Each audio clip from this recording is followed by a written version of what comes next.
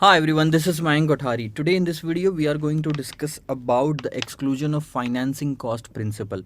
Estimating the cash flows ये वाला topic हमारा चल रहा है, ठीक है। मैं आपको इसमें बता देता हूँ, ये वाले टॉपिक पे अभी हम खड़े हैं। इसके पहले अपन ने इंट्रोडक्शन देख लिया, पर्पस देख लिया, 4 तरह के प्रोसेस देख ली, 6 तरह के types of capital investment decision देख लिया। यहाँ पे एक था, यहाँ पे एक था, उसके अंदर 3 थे, उसके अंदर 3 थे। ये सब चीज़ें तो हमने देख लिया। अब हमने कैपिटल बजटिंग प्रोसीजर शुरू की थी और उसके बाद उसमें एस्टिमेटिंग द कैश फ्लोज, कैसे कैश फ्लोज को एस्टिमेट करते हैं, हमने ये शुरू किया था। पुराने 1-2 लेक्चर्स हमने उसी पे देखे। ब्लॉक ऑफ असेट कॉन्सेप्ट हो गया, या फिर डेप्रिशिएशन वाला, अपॉर्चुनिटी कॉस्ट, संक कॉस्ट, ये सब चीज़ें उसके अंदर में हमने देखी थी। इस वाले लेक्चर में हम देखेंगे कि किस तरह से फाइनेंसिंग कॉस्ट को एक्सक्लूड करना इम्पॉर्टेंट होता है अगर आप कैश फ्लोज पूरे फर्म के एंगल से निकाल रहे हो। ऐसी फर्म जिसके अंदर इक्विटी और डेट दोनों के दोनों इंक्लूडेड है। एग्जांपल के तौर पे मैं आपको बताता हूँ। Let's take an example that sales है आपके 100 करोड़ के, उसमें से कॉस्ट लग गई आपकी 50 करोड़ की, तो प्रॉफिट आया 50 करोड़ का, profit before interest and tax. इसमें से इंटरेस्ट दे दिया 10 करोड़ का, उसके बाद मान लो टैक्स आया, सॉरी इसको बोलते हैं प्रॉफिट बिफोर टैक्स, ये 40 करोड़ का। इसमें से आप टैक्स माइनस कर दो 50%, तो आपके पास प्रॉफिट आफ्टर टैक्स बचा 20 करोड़ का। इसमें से डिविडेंड माइनस कर दिया, लेट से 5 करोड़ का हमने डिविडेंड बांटा है, तो अब आपके पास में बचता है रिटेन्ड अर्निंग, यानी कि 15 करोड़ रुपए। ये प्रॉपर बैलेंस शीट टाइप दिखता है इसमें से, ठीक है। आपको ये भी पता होगा जब आप बैलेंस शीट बनाते हैं तो बैलेंस शीट टाइप दिखता है, यानी कि बैलेंस शीट के जो फॉर्मेट होते हैं, financial statement, sorry not balance sheet. So जब भी आप प्रॉफिट एंड लॉस अकाउंट बनाते तो उसमें ऐसा कुछ रहता है, ठीक है। कॉस्टिंग में भी आपने ये चीज़ देखी होगी, अगर आपने कॉस्टिंग देखा है तो। फ़िलहाल मैं आपको एक चीज़ बता रहा हूँ, इसमें से इतनी सारी फिगर आपके सामने है, मैं आपको एक चीज़ चूज़ करने बोलता हूँ।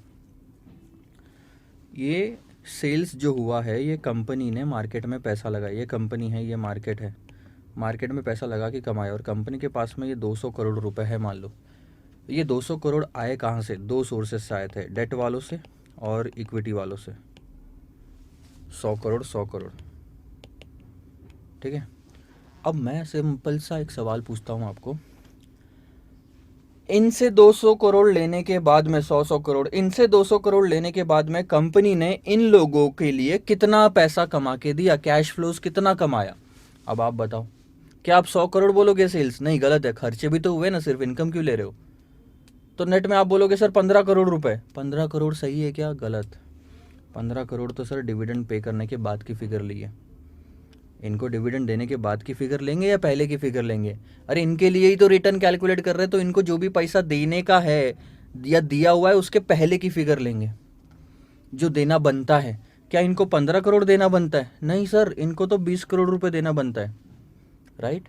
आप डिविडेंड के पहले की फिगर लोगे, यानी डिविडेंड माइनस नहीं करते।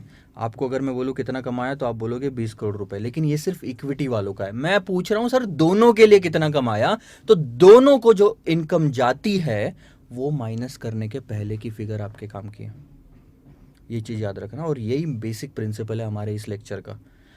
इक्विटी वालों को डिविडेंड जाता है, डेट वालों को इंटरेस्ट जाता है। ये इंटरेस्ट और कुछ नहीं, फाइनेंसिंग कॉस्ट कहलाती है, फाइनेंसिंग कॉस्ट। और ये फाइनेंसिंग कॉस्ट आपने माइनस नहीं करनी चाहिए अगर दोनों के एंगल से आप कैश फ्लोज निकाल रहे हैं तो। सर हम प्रॉफिट एंड लॉस अकाउंट तो ऐसा बनाते हैं, हम प्रॉफिट एंड लॉस अकाउंट तो ऐसा बनाते हैं, तो इसमें तो इंटरेस्ट माइनस करते हैं। यस, माइनस करते हैं, क्योंकि प्रॉफिट एंड लॉस अकाउंट जो हम ऐसा बनाते हैं वो इक्विटी वालों के लिए बनाते हैं सिर्फ, और हर कहीं पे आपको सिर्फ इक्विटी वालों का दिखेगा, इसीलिए इंटरेस्ट उसमें से माइनस कर दिया होता है। लेकिन अभी हमको कैश फ्लो सिर्फ इक्विटी वालों के लिए चाहिए क्या? नहीं सर, हमको कैश फ्लो सिर्फ इक्विटी वालों के लिए नहीं चाहिए, हमको तो कैश फ्लो सर दोनों के लिए चाहिए। सो दोनों को पे करने वाली फिगर कौन सी? इंटरेस्ट के जैसे यहाँ पे डिविडेंड के पहले के लिए, यहाँ पे इंटरेस्ट के पहले की फिगर लोगे, profit before interest and tax 50 crore रुपए। सिर्फ एक ही बात है, आप अगर ध्यान से देखोगे तो मैं 3 लोग बताता हूँ। इस 50 करोड़ को शेयर करने वाले 3 लोग हैं। 50 में से 10 यहाँ पे ले लो, ये छोड़ दो। 50 करोड़ में से 10 करोड़ शेयर किया इंटरेस्ट यानी डेट वालों ने, या फिर ऐसा लेते हैं, 50 में से 10 शेयर किया डेट वालों ने, ठीक है। 50 में से 10 शेयर किया डेट वालों ने, फिर अगर आप ध्यान दोगे तो टैक्स है 20 का, 20 का टैक्स शेयर किया किसने? गवर्नमेंट ने।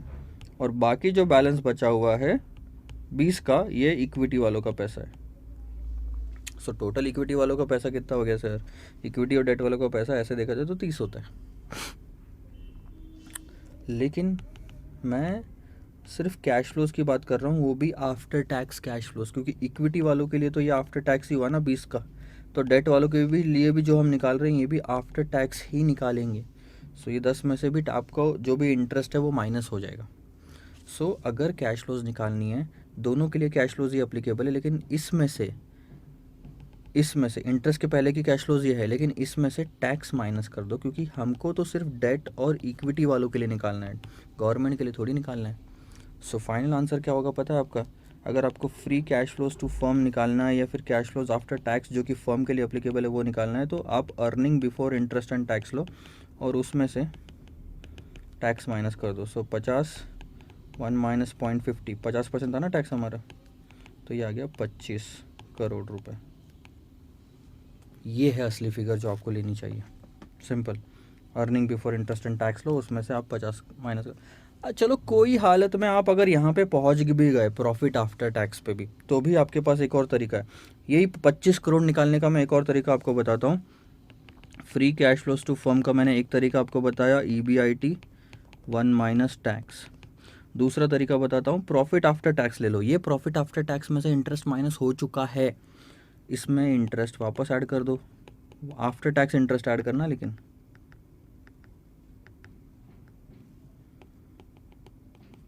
1 माइनस टैक्स। अब क्वेश्चन ये उठता है कि सर इंटरेस्ट आफ्टर टैक्स क्यों माइनस किया? चलो पहले मैं निकाल लेता हूँ।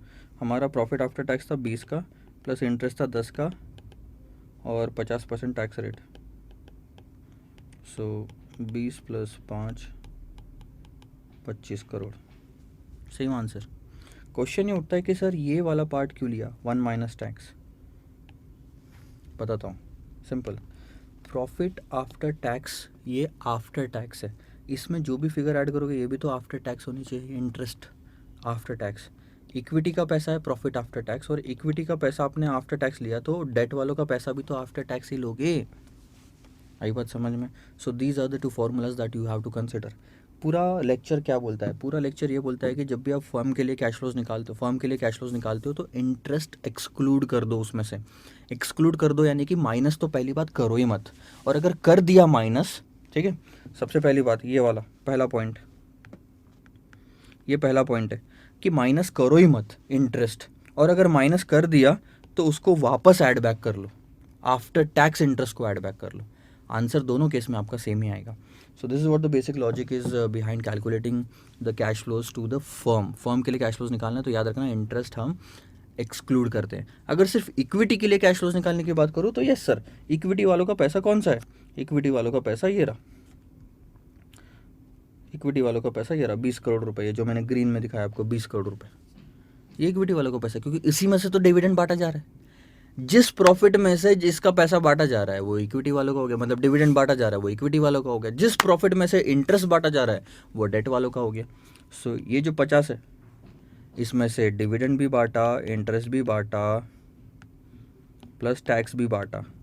इसीलिए हमने क्या किया, 50 तो लिया लेकिन ये टैक्स माइनस कर दिया, क्योंकि हमको टैक्स नहीं चाहिए था। Get it? So this is what the final conclusion of this lecture is, excluding the financing cost। financing cost यानी और कुछ नहीं, इंटरेस्ट की बात कर रहा था मैं। आने वाली वीडियोस में हम कैपिटल बजटिंग टेक्निक्स देखेंगे, अलग अलग टेक्निक्स देख क्या क्या यूज़ होती है कैपिटल बजटिंग के प्रोसेस में, और उसी के साथ हर कॉन्सेप्ट के बाद में हम कुछ क्वेश्चंस देखेंगे ताकि आपको क्लैरिटी आए। अब हमारा मेन पर्पस चालू होता है सिलेबस का, जो एग्जाम में पूछा जाएगा। अभी तक मैं आपको कॉन्सेप्ट समझा रहा था, सिलेबस में आपको क्वेश्चंस आएंगे डायरेक्ट, और वो क्वेश्चंस में अभी तक हमने जितने भी कॉन्सेप्ट देखे ये ज़रूर काम आएंगे कहीं ना कहीं। Bye bye.